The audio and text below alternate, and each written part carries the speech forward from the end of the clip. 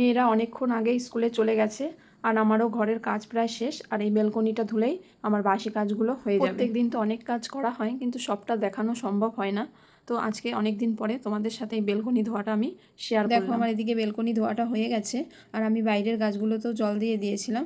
তারপরে আমি লকটা লাগিয়ে ভিতরে চলে আসলাম। আমাদের এদিকটায় এখনও খুব একটা ঠান্ডা পড়েনি, কিন্তু দুপুরের দিকটায় রোদ ওঠে তো হালকা গরম গরমও লাগে। তারপর আমি রিশা ড্যাডিকে ব্রেকফাস্টটা দিয়ে দিলাম আর দুপুরের জন্য শাকটা বেছে নিই। আমার সব মিস্ত্রিদের চা দেওয়া হয়ে গেছে, কিন্তু দুজন মিস্ত্রি পরে এসছে, তো তাদেরকেও চাটা দিয়ে দিলাম। আর ওদিকে রিশা ড্যাডি ক্যান্টিনে যাওয়ার জন্য আমাকে ডাকছিল যে কী কী সামান লাগবে সেটাই জিজ্ঞাসা করছিল। আর আজকে দুপুরে আমি রান্না করেছিলাম লাল শাক, ঝিঙে আলু দিয়ে মাছের ঝোল আর উচ্ছে আলু ভাজা। তারপর আমার রান্নাবান্নাও কমপ্লিট হয়ে গেছিলো আর এদিকে মাম্মামও এসে গেছে। আর দুপুরে খাওয়া দাওয়া কমপ্লিট করে চলে আসলাম উপরের ঘরের কাজ দেখতে। আর আজকে আমি জামা কাপড়গুলো উপরের ঘরের ব্যালকনিতে মেলেছি। এখন আর সেরকম ধুলের কোনো কাজ নেই। আমাদের বাড়ি টাইলস মিস্ত্রিদের কাজ পুরো কমপ্লিট হয়ে গেছে, শুধু নিচে গ্যারেজ ঘরটাই বাকি আছে।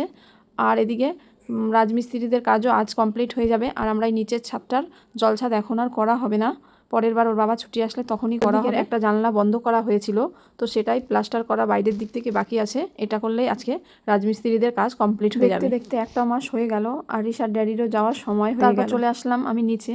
আর এই এক মাসে প্রত্যেক দিন 12-13টা করে মিস্ত্রি আমাদের বাড়ি কাজ করেছে। আর আজকে ছিল চিলড্রেন্স ডে, তো মেয়েরা স্কুল থেকে কি কি পেয়েছে তো আমাকে সেটাই মামা বলছিল।